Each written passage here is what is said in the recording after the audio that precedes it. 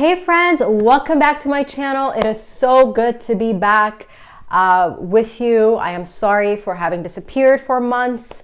It's just been so crazy over here. I've just had a lot going on, a lot to deal with. I will catch you up on all of that. But for now, I want to, create a video that I think will help a lot of parents. As a mother, I know that was like such a big thing for me. So I want to pass that along. And I mean, that's the whole point of why I started this platform to begin with, just to share a little bit about what I've learned as a mother. The whole video today will focus on how to sleep train your baby. I particularly followed the 12 hours by 12 weeks sleep training method, and there's so many out there. If you like Google sleep training, you'll be like bombarded with so much information. But the one that has worked for me is the 12 hours by 12 weeks. It's based on this book by Susie Giordano, who's a baby coach. I believe she's from Brazil. But yeah, it's a very easy read, great book. I will share with you what I took from this. I didn't follow it to the T. Of course, I tweaked some things to make it work for me, so that's what I'm here to share. By no means I'm not an expert, but I'm just here to share my opinion. So let's get started, and let's keep it going.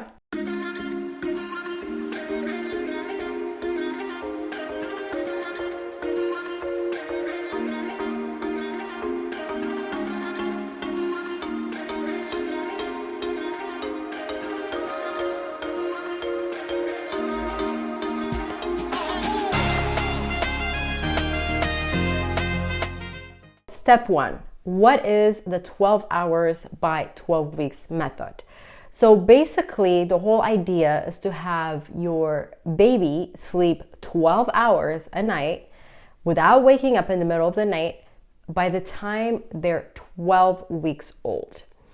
And I know when I first heard that, I thought there's no way they're going to sleep in like 12 whole hours by the time they're 12 weeks because they're still young. But it is possible, and that is possible through establishing a routine while responding to the needs of your baby, right? And so this method focuses on 4 key pillars, okay? And those pillars are feeding, awake time, nap time, and nighttime sleep. Okay, so those are the 4 key pillars. Step 2, when to start this sleep training, right? Obviously, you can't start it on day 1, on week 1, week 2, because they're still babies, and at that point you're still breastfeeding, if you choose to breastfeed, of course, or bottle feeding, whatever your method is. But at that point, they're so little, their stomachs are little, they're not eating a lot. So, I mean, those first few weeks are going to be brutal, I'll tell you.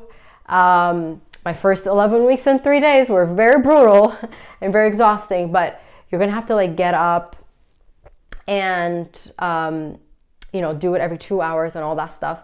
But by the time they're 8 weeks, and by the way, you can only do this if your baby's gaining the appropriate weight, they're growing accordingly. So you have to work with your pediatrician. You can even ask them, or you can gauge it. But if they're gaining weight and they're looking great, by the time they're 8 weeks, and this is how I started with Caleb, by the time he was 8 weeks, I started to put in place a routine. What does that look like? That's really about the feeding schedule, right? Your feeding schedule. So prior to those 8 weeks, we would wake up, he would, eat, breastfeed, then play, then, feed again, then feed again, right? It's just all over the place. But by the time he hit 8 weeks, I said, okay, let's get to work. Actually, I started at 7 weeks. Apologies. So the book says to wait until 8 weeks to start. I personally started at 7 weeks. Again, I tweaked some things to make it work for me. At 7 weeks, instead of feeding him every 4 hours, I said, you know what? I'm going to start feeding him every 3 hours just to get him acclimated to this routine. You're teaching them discipline and all that stuff, right? So at 3 weeks, at 7 weeks, I started feeding him every 3 hours. So he would wake up, of course, first thing he has his, breakfast, which is milk, breastfed. And then we would do various activities like tummy time, songs, just playing, cuddling, all the like joyous things you do, at that stage. And so I started at 3 hours, and it wasn't easy. It wasn't easy, but you have to kind of like try to stretch it, right? When they're starting to get like cranky, and sometimes they just need the milk for soothing. So you kind of have to find ways to soothe them, to distract them, if you will. And the book has great insights on how you can distract your baby to get them to that hour, that feeding hour. So it's all about routine. Okay, so keep that in mind. So I started at 7 weeks, every 3 hours. And then by the time I got to 8 weeks, I moved it to every 4 hours. So the book suggests to wait every 4 hours. So the idea is to feed them 4 times a day, every 4 hours, right? That's a total of 12 hours. And then they're going to sleep the 12 hours remaining in the night. So that's the whole idea. The other thing is the book also suggests to offer what you call a dream feed, right? Like, let's say you put your baby down at 8 p.m. and then you're going to pump, it's a whole process. You pump, you wash your breast pump parts and all that stuff. And then let's say you want to read a book or watch TV, relax. Anyways, by the time you go to bed, let's say it's 10 p.m. or 10:30 p.m. You can pick up your baby while they're sleeping and like dream feed them. So you can fill up on the couple hours they've been sleeping so they can sleep more extra hours. So that's totally optional for you to do. I personally didn't do it. I kind of was like, okay, let's see, like let me feed them as much as possible prior, and then because I just don't want to like wake them up or anything like that. So that's an option that the book suggests that it might not be a bad idea to do. So once you've established a daytime feeding schedule, which, like I said, I started with the every 3 hours at 7 weeks, and then moved to every 4 hours at 8 weeks. Once you have established that, and by the way, in terms of your times, I would pick a time that works for you. Some families are early risers, right? They start their day at like 5 a.m., 6 a.m., whatever.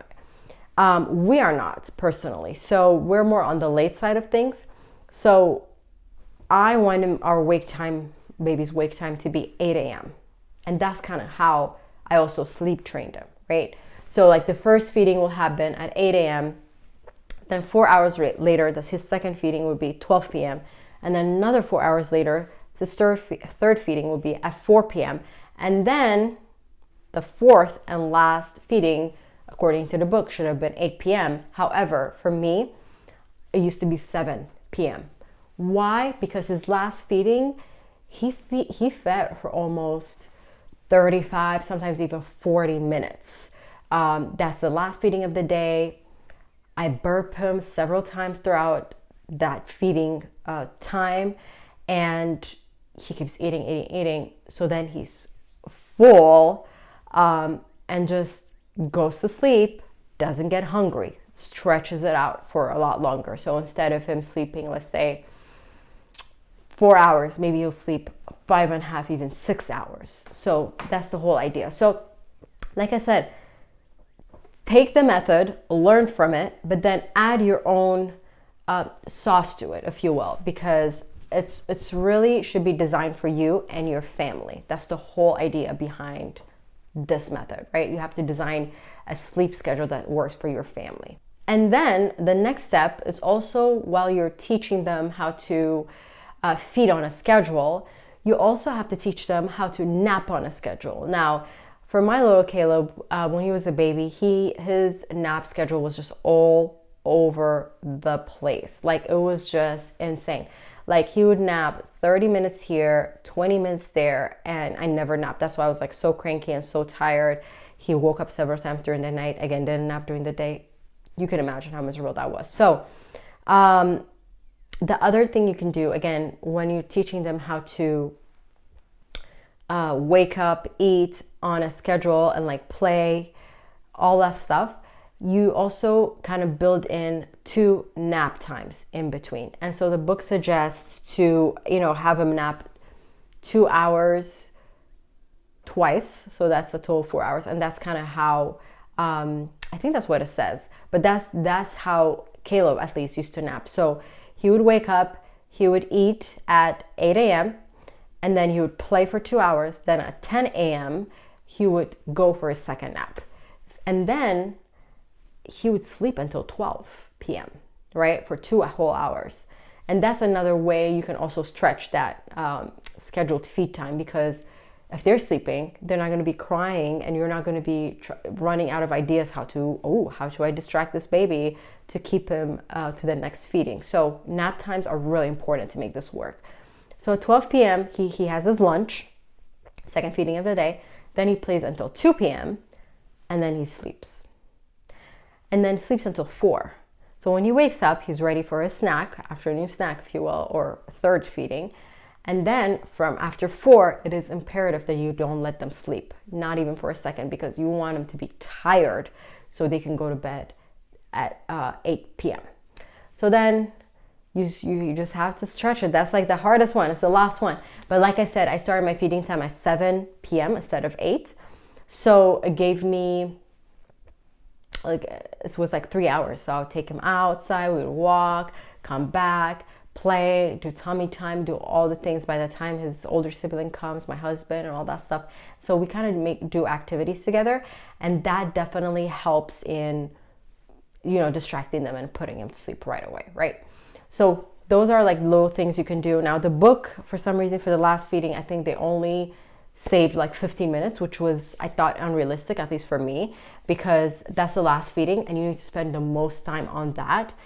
To make sure they're full, comfortably full, not uncomfortably full, but like comfortably full, so that they can sleep throughout the night after that. So that's really, really important to do. And then of course, as you go on, you gradually reduce the nighttime feeding. The nighttime as in like the middle of the night feeding.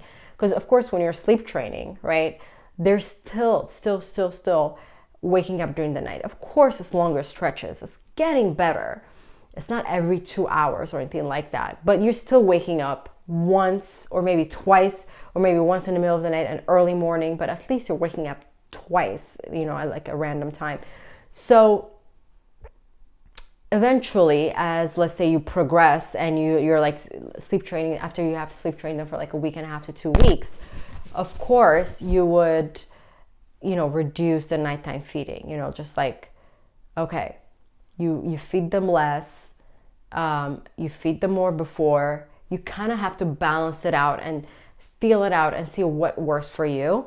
So you kind of have to like do that a little bit more. So feed them before, feed them less during the night, like encourage them more sleeping. And something I didn't mention when it comes to sleeping, when you put them down for a nap or for the night, make sure you let them sleep without any additional like soothing toys or pacifiers. Like neither one of my kids have used pacifiers.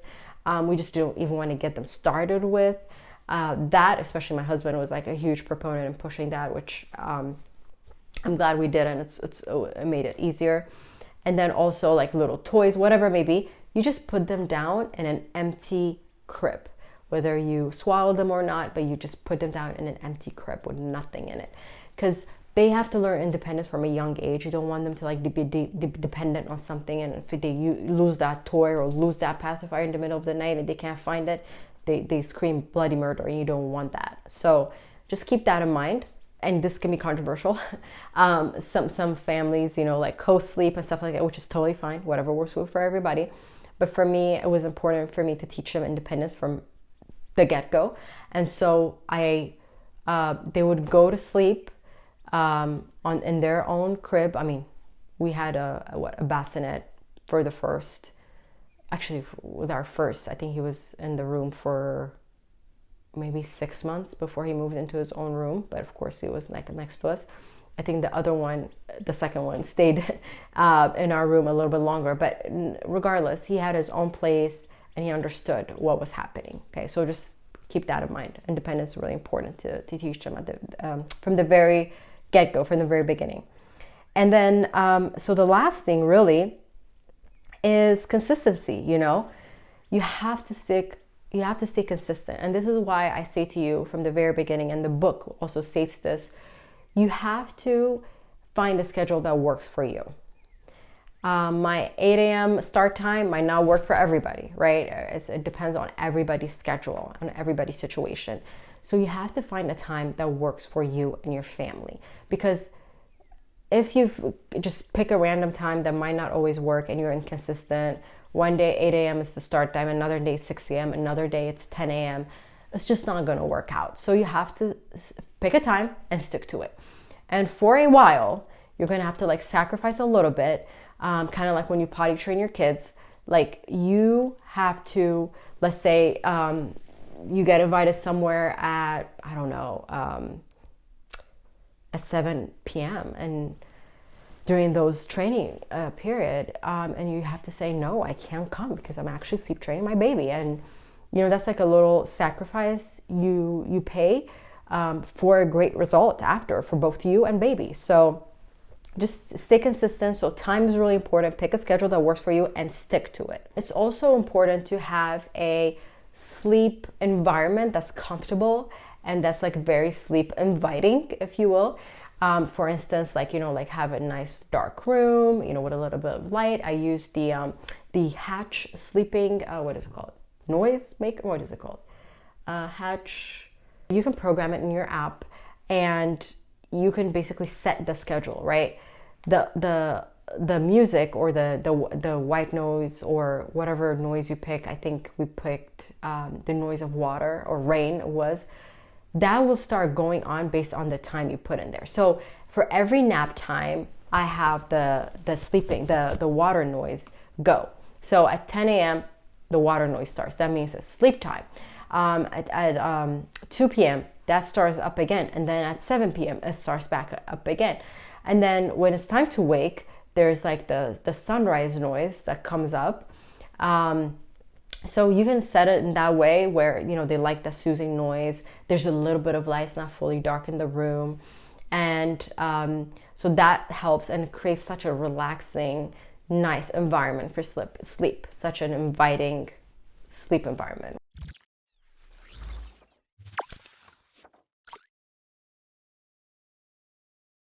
And that's it, friends. That's pretty much what the 12 hours by 12 weeks sleep training method is. Again, I'll link this book in the description below. It's a game changer. It's really helped me, you know, add what works for you, substitute certain things, move things around the way it works for you. Okay. You don't have to follow this to a T, but it's a good place to start. It really helps you. It's a guide, you know, it will help you understand. And then you kind of like, you know, make your substitutions as you go, basically figure it out as you go. And that's really important. If you have any questions, feel free to, you know, DM me, message me, write in the description below and I'll get back to you. I'm also happy to share the schedule that I had. It does have a generic schedule in there, but again, that's just to give you an idea how you should, you know, make it happen. Yeah, and this is this is all I wanted to share with you today. I hope it really helps you. I hope it helps somebody that you know. I know that sleep is really important. By 11 weeks and 3 days is when my child started sleeping 12 whole hours. And it happened before the 12 weeks, and it's probably because I started a little bit earlier than the book suggests. I started at 7 weeks as opposed to 8 weeks. Maybe, but regardless, like that was a game changer. Like I woke up so happy, like I felt rested for the longest time. I was just so tired and just so exhausted. It was so hard, and I woke up feeling okay. Wow, I feel like I'm alive again, and he woke up happy and excited too, and it really makes a difference. It really, really, really helps us. I know how hard it is. I've done it with the two of them now at this point. So yeah, anybody can do this. So the book suggests to do it as early as possible. But if your little one is a little bit older and you know, you still haven't sleep trained them, they're still having a hard time sleeping, it is okay. You can really start it at any stage. It just gets harder the older they are, but you can do it. So I totally encourage that. And I hope you have a wonderful day. And until next time, bye.